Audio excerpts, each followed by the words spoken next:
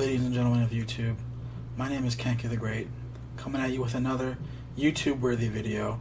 Today we're doing a Satellarknight deck profile. I run 3 dept, which is standard. You need it, it's a searcher for your deck. 3 Altair, he's the wolf barker of the deck. He brings back your dept so you can search more, or it brings back a different Satellarknight so you can make your plays. 3 Nunculai, just because you need 3 now because Rhoda is at 1. And it's a good, it's a foolish burial, so it sets up your Altair plays. 1 Alsham, just because he does 1,000 burn, and 1 Vega, just to do your combo plays. And last but not least, 1 Max C, just because Max C. For the spells, I play 1 Raigeki, 1 Upstart Goblin, 1 Rhoda, 1 Soul Charge, and 1 Day of Peace. They're all pretty self-explanatory. Draw cards, destroy cards. Pot of Duality, this will be replaced with Card of Demise once True Dracos get hit and Demise goes down. 2 Genesis to take out spell and traps for your opponent. 2 Skybridge to make your plays and to get your dept or Altair out of your deck. 2 Vanilla Mirror Force, and I used to run Quaking, and Quaking was probably the best Mirror Force at the time, but now that Links are out, Links can't be face down, and they can't go in defense mode. So regular Mirror Force is good to take care of Link monsters, and it doesn't target, so Decode Talker wouldn't work. For the continuous traps that you can revive with Triverr, I play 2 Fogblade. Basically what Fogblade does is it's just like Fiendish Chain, but if you target your own monster, it can't be targeted for attacks, so it's really good just to sit on. 1 Oasis of Dragon Soul to revive my monsters, and 3 Call of the Haunted. I like this ratio because I think it's a good ratio because you need the 3 Call of the Haunted no matter what, and the 1 Oasis just makes it to where you have a 4th call, but it just summons in defense mode and makes it Worm type. For the Bottomless engine, for the Trap Hole engine, I play 1 Bottomless and 1 Floodgate because I run Rafflesia. Pretty self-explanatory. 1 Jar of Avarice, just because this deck goes through its resources extremely quickly. Drawing cards and adding cards to your hand and searching and special summoning from your graveyard really takes a toll on your resources, and this just lets you recycle everything and get a 1 card back. For the counter traps, pretty standard lineup. I run 3 Alpha. Every Satellarknight deck runs 3 Alpha. And 2 Grandhorn. The reason I run Grandhorn is because I can't afford strikes right now, and I don't want to buy strikes because they're getting a reprint in September, so there's really no reason to waste $20 when it's probably going to be a $5 super. And 1 Solemn Warning. That's it for the main deck. For the extra deck, I run the new 1 Decode Talker because you basically have to have them if you want to extend your Exceed plays. 1 Hercules, otherwise known as number 86, Rognaminiad. Basically what he does is 1 material, he can't be destroyed by battle.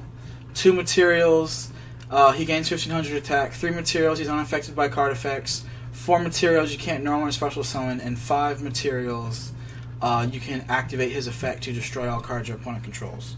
Now, you only want to make them with 4 or 5 materials. That's why I only run just the 1. Because normally, if you open really well, and you can make just the 1 number 86, you can stop their summons for 2 whole turns, and normally they're taking 3k each turn unless they set a monster.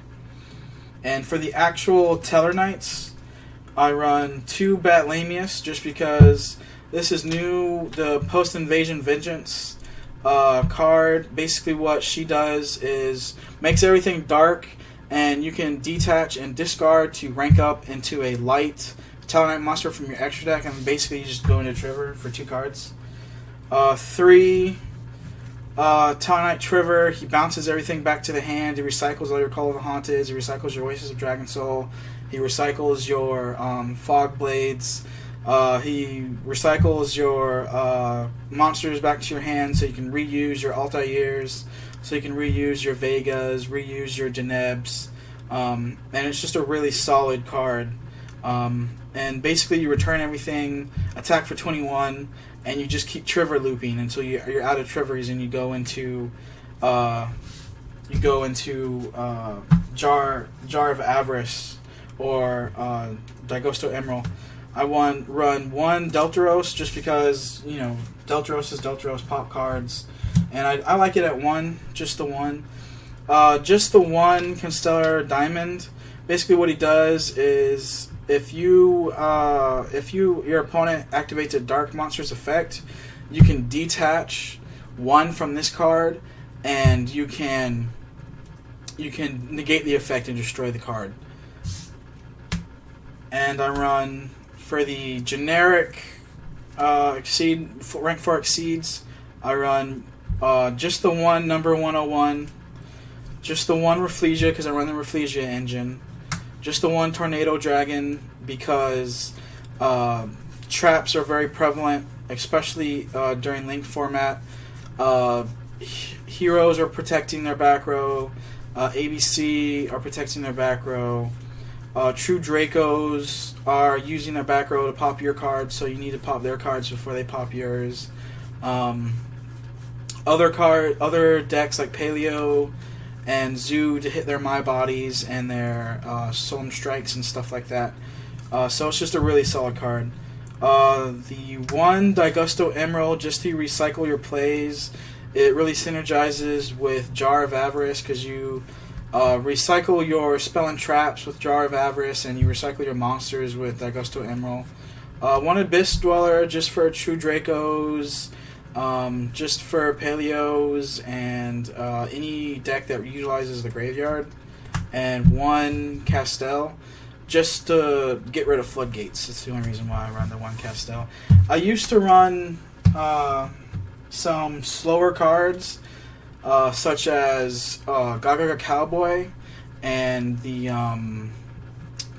Blade Armor Ninja to attack directly for 2200 for 2 attacks. And I used to run the Gaga Cowboy just to burn for 800.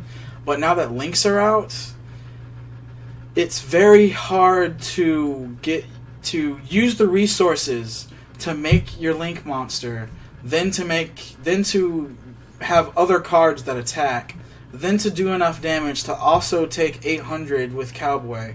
So it's to use all of your resources just to get 1 Cowboy play is really hard, especially in this deck where all the monsters have low attack and you're not really attacking directly most of the time unless you have Triverr. For the extra deck, for the side deck, I run the Kaiju engine, so Interrupted Kaiju Slumber, 2 Jizerxes, 2 Kumungus. That's the Kaiju engine. I can't afford Gamma Seals, and 9 times out of 10, if you're Kaijuing them with Interrupted Kaiju Slumber, it's only 200 more attack that they're not losing, so 200 attack really won't matter in the long run unless it's a really grindy game, which most of the time you're attacking for a lot of damage with your Jizerxes and your Kumungus. So it's only 200 damage and it's $7 cheaper, so why not just go for the 1 Kumungus. And I run 3 anti-spells, just for pendulums and any deck like Blue Eyes or any deck that utilizes spells more than I do. And then 3 Master Restrict for True Dracos for Monarchs. Monarchs are making a comeback. They're topping in Japan right now. True Dracos are still topping in Japan, even if after they got hit to 1 Masterpiece and 2 Terraforming and etc. Just the 1 Torrential Tribute. Basically, I run this because it punishes bad players. Players that don't attack first in their battle phase and then summon their monsters, or they go straight into their boss monster without attacking, that kind of thing. And I run 3 Flying Sea just for the Zoo matchup. Thank you very much for watching. That is my deck profile. Few choice cards that I would replace are I would replace the Grand Horde of Heavens with Solemn Strike, but like I said before, they're getting reprinted in September, so there's no reason to pay $25 for 1 Solemn Strike when it'll be a $5 card in September. Just wait the 2 months and you guys will be set.